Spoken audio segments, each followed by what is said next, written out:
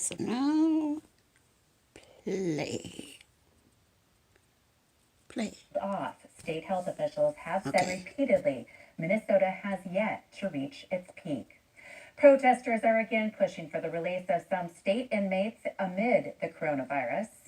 Why all these other states, California, Florida, Iowa, Wisconsin, has the ability to let people go for humane reasons, why is Minnesota so abysmally slow at this process? Today, protesters honked their horns outside the state prison in LinoLakes, which has 9 confirmed COVID-19 cases.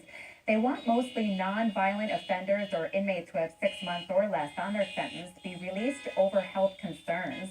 Officials say the prison went into a short lockdown after some protesters drove onto the facility's lawn and walked toward the living units. Now, Department of Corrections Commissioner Paul Schnell issued a statement saying, quote, today's irresponsible actions by a select few in the group has the potential to impact the safety and security of the correctional facility.